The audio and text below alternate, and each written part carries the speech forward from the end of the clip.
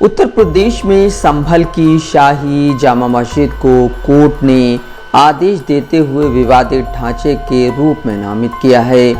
शाही जामा मस्जिद की रंगाई पुताई के मामले में अब अगली सुनवाई 10 मार्च को होगी। यह मामला हाई कोर्ट में चल रहा है, जहां न्यायाधीश रोहित रंजन अग्रवाल इसकी सुनवाई कर रहे हैं। हिंदू पक्ष के वकील हरिशंकर जैन ने हाई कोर्ट में दलील दी कि अगर इसे मस्जिद के रूप में लिखा जाता है तो इसे उसी रूप में देखा जाएगा, लेकिन यह हमारी आस्था से जुड़ा हुआ मामला है और इसे विवादित ढांचे के रूप में ही देखा जाना चाहिए। कोर्ट ने इस पर आदेश देते हुए मस्जिद को अब विवादित ढांचे के रूप में नामित किया है। बैकग्राउंड बता देना इसका इम्पोर्टेंट है।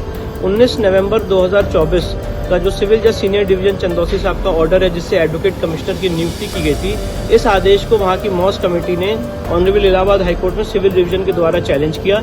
इस चैलेंज के दौरान मॉस कमेटी ने करेक्शन एप्लीकेशन फाइल की, जिसमें उन्होंने कहा कि ये जामा मस्जिद है, किसी का कहना है कि ये जुम्मा मस्जिद है, किसी का कहना है कि ये जामी मस्जिद है।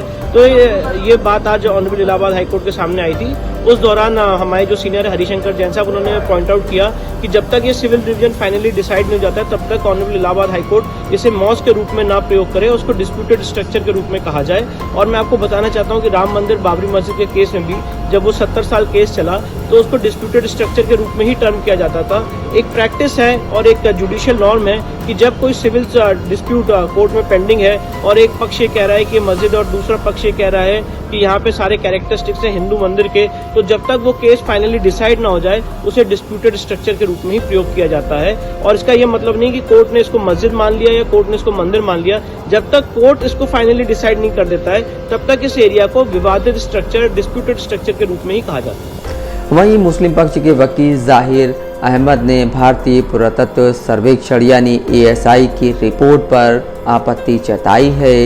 रिपोर्ट में कहा गया था कि मस्जिद की रंगाई पुताई की कोई ज़रूरत नहीं है, लेकिन मुस्लिम पक्ष ने इस रिपोर्ट को स्वीकार नहीं किया। अब इस पर अगली सुनवाई से पहले ASI को अपनी रिपोर्ट पर मुस्लिम पक्ष की आपत्तियों का समाधान प्रस्तुत करना होगा।